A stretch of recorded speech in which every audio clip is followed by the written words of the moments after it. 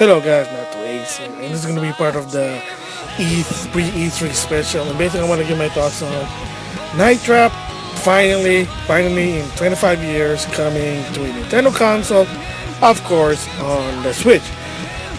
And it is a big deal. We've seen a lot of videos in the past. I'm going to name two that popped in my head that I saw the video are Spawn Wave and Go Nintendo. And they really made a big deal about it. Is it a big deal? Most definitely for a Nintendo console because of their past, the history, and how they approach games in the past. And basically, yes, it is a big deal.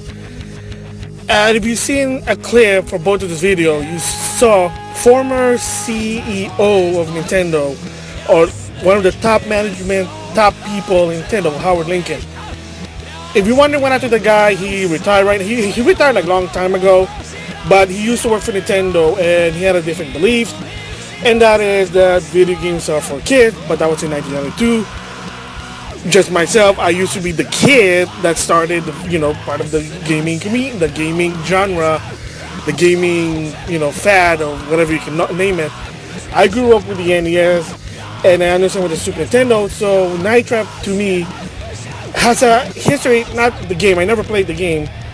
However, the history behind it that changed the face of video game is Night Trap. I did talk about this game in the past. If I remember, I put the link on the description, but I did talk about it. The reason I'm talking about it now, like I said, because it's finally on a Nintendo console, because the point is, the other question is Nintendo changing their ways?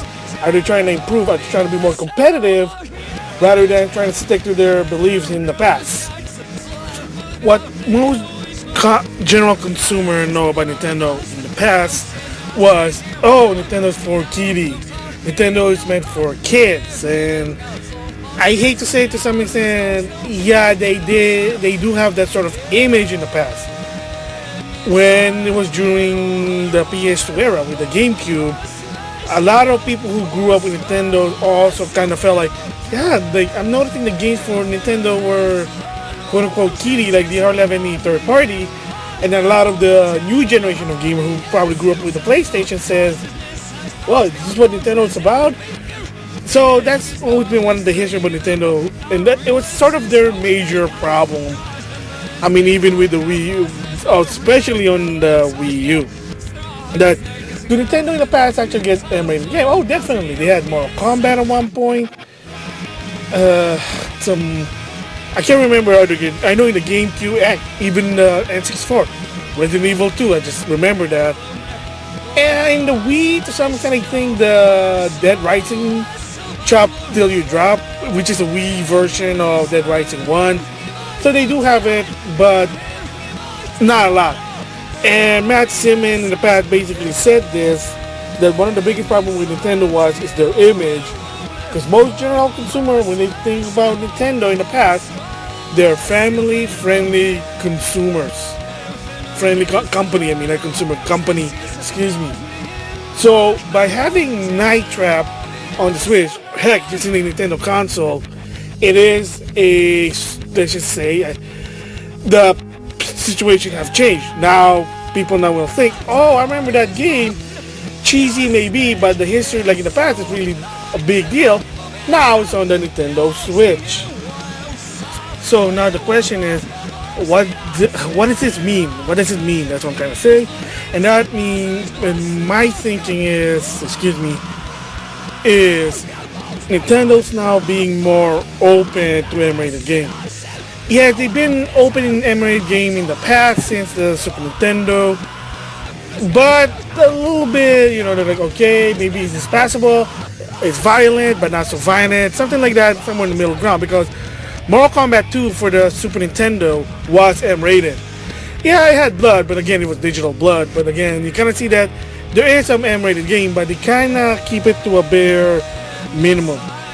They were added, but then throughout the next console cycle, the N64, GameCube, etc., they were a little bit more open, but they're still having to keep it safe, their image, trying to still have that family-friendly consumer type image. But now with Night Trap, that might now change because again, like I said, the game is cheesy. It's like in the word I'm looking for, maybe a B budget, like a lot of people say, or I'm trying to say indie film. Like it's really cheesy from the 80s, but the meaning behind of Night Trap, the history behind it, is not how the game is so like really M-rated. It's that's one of the games that changed the video game business. It was the game that basically said, the government said, if you don't do something about this game, basically regulating it, saying is this game for kids or not, we will, the government will. So there you go. I mean, they've been trying other rules like getting a fine if you're trying to sell an ultra violent video game, but then that's a little bit like gray area and shoddy. That was turned down, but that's a different story there. You could probably just Google it. But yeah, so with Night Trap finally being released on the Switch, I think there's going to be sort of a game situation changing there. So I can't wait to see what else they're going to willing to put it on the Switch. I mean, you got two games, Galgun 2, which is, fan servicey, etchy, and then you got Night Trap, cheesy, but the premise behind it is sort of adult, but the history behind it was a big deal, especially in the US. So yeah, that's my thoughts on Night Trap finally being on the Nintendo Switch, or heck, to a Nintendo console. So with that, thanks for listening.